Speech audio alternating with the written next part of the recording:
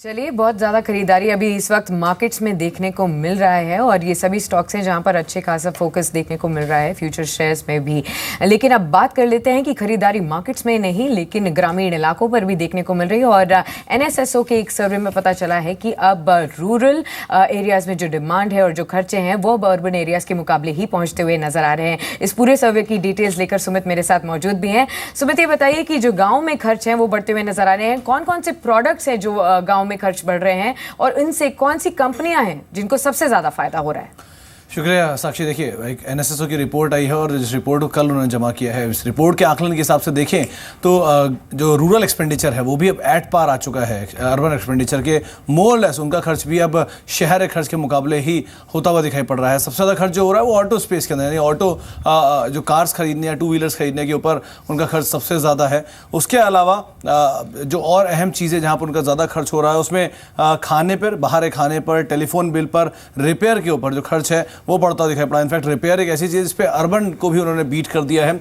गाड़ियों, mobile phone खरीद के ऊपर भी जो खर्च है वो बढ़ता दिखाई पड़ा। NSSO का ही ये सर्वे है। साथ साथ AC, कूलर, गीज़र इनकी खरीद पर भी जो हिस्सा है वो ऑलमोस्ट एट पार आता हुआ दिखाई पड़ रहा है अर्बन एरिया की तरह। और साथ ही साथ ये जो ट्रेंड है ये 2009 से शुरू हुआ था, जबकि शहर जो रूरल एक्सपेंडिचर है वो बढ़ता हुआ दिखाई पड़ा था और अब मोर लेस ये एट पार या फिर कई जगहों पर एक्सीड करता हुआ दिखाई पड़ रहा है। आपको ये बता दें कि अब 7th पे कमीशन और अच्छे मानसून के बाद ये खर्च जो है और ज़्यादा होता बढ़ता हुआ दिखाई पड़े। एक एक करके वो सभी आइटम्स के ऊपर नजर डालते हैं जहाँ पे शहरी खर्च बढ़ा है या फिर ग्रामीण खर्च बढ़ा है। कुछ कंपनियां जो कि आपके सामने है, HUL, डाबर, मैरिको, इमामी, वीडियोकॉन, ये वो सब कंपनियां हैं जिनका एक्सपोजर जो रूरल एरियाज में काफ़ी ज़्यादा है।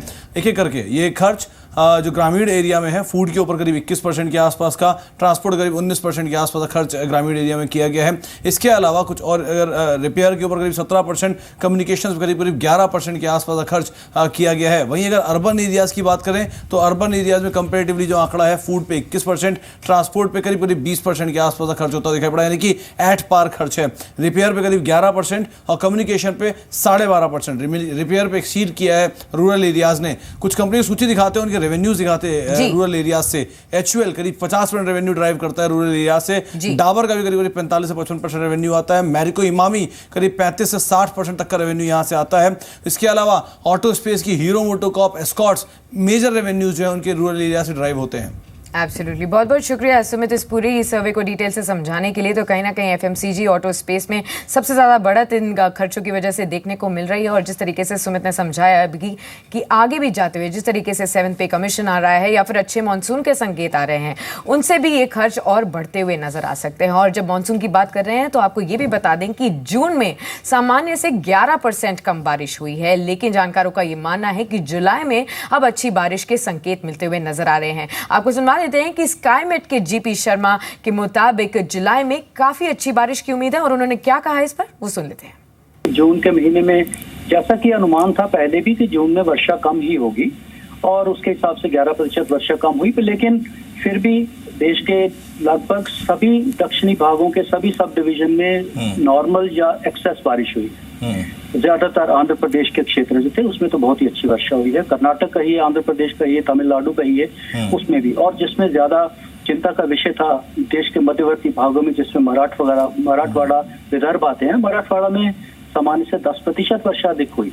आने वाले दिनों में जैसे पहले ही अनुमान भी लगाया गया है कि जुलाई के महीने में हमें बहुत अच्छी वर्षा की उम्मीद है।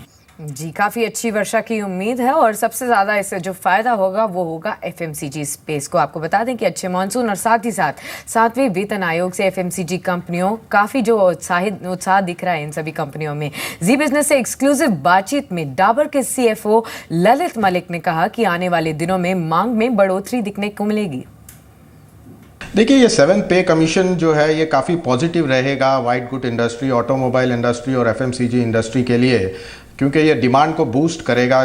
क्योंकि आने वाले समय में अधिक पैसा जो है कंज्यूमर के हाथ में होगा तो उनके पास चॉइस होगी उसे स्पेंड करने के लिए। तो आई थिंक एक जनरली डिमांड जो है वो बूस्ट होगी। और साथ ही जो एक model shop and establishment act भी इंट्रोड्यूस हुआ है जिससे कि 24/7 शॉप्स ओपन रहेंगी, तो ये जो है एक ओवरऑल डिमांड को आने वाले समय में ज़रूर एक बूस्ट देगी। आने वाले समय में अगर मानसून हमारा ठीक हो जाता है जैसे कि एक प्रिडिक्शन है, तो एक H2 में जो कि एक second half of the year में कुछ डिमांड की इंक्रीज होने की संभावना दिखाई पड़ती है।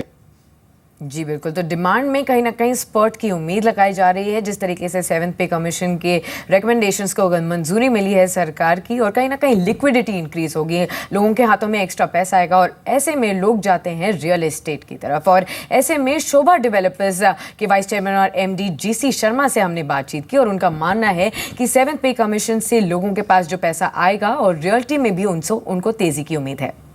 ये बहुत अच्छा प्रश्न पूछा है। देखिए, क्या है कि किसी भी देश की इकोनॉमी के अंदर में हमें जो एक्सपर्ट्स बताते हैं, दो फैक्टर्स चाहिए, एक तो इन्वेस्टमेंट साइकिल और एक कंजम्पशन साइकिल। चाइना की जो ग्रोथ हुई थी पिछले 25 सालों के अंदर में, वो एक इन्वेस्टमेंट लेड ग्रोथ थी। अब चाइना उससे जो ट्रांजिट कर रहा है कंजम्पशन साइकिल में। हमारे देश के अंदर में GDP के अंदर में सर्विसेज सेक्टर का सबसे बड़ा योगदान है, चाइना का मैन्युफैक्चरिंग सेक्टर में था।